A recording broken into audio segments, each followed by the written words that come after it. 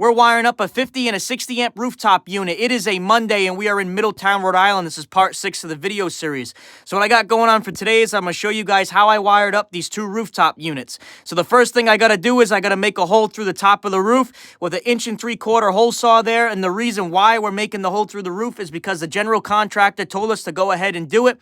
Because one, the roofer is so far out that he's not going to be able to get there. And also they want to get the heat on in this building as soon as possible because winter is coming in Massachusetts. It's getting pretty cold, and when they go to do the sheetrock and paint, they want to make sure they have a nice warm conditioned space.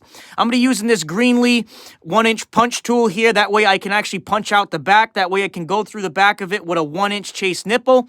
And now I got my 1-inch flex in there. I'm going to make up all my connections with these Ilskos here rated for number 4. We got the number 4 for the 60 amp unit, and then we're going to be using number 6 for the 50 amp unit here. So that is my first disconnect. I labeled it ACHU2, and on my pull can, I got ACHU2, 60 amp, 208 volt coming from power panel 2. I have it clipped there, so everything's nice and fastened. And that's what the inside of the unit looks like. We make sure to keep all our phases the same. We got witness marks on there. I like to keep everything very consistent from a troubleshooting point of view.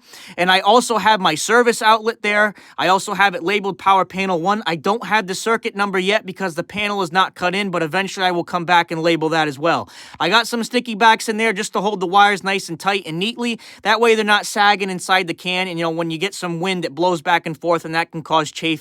So this is the final result of how everything looks. We got all the disconnects labeled.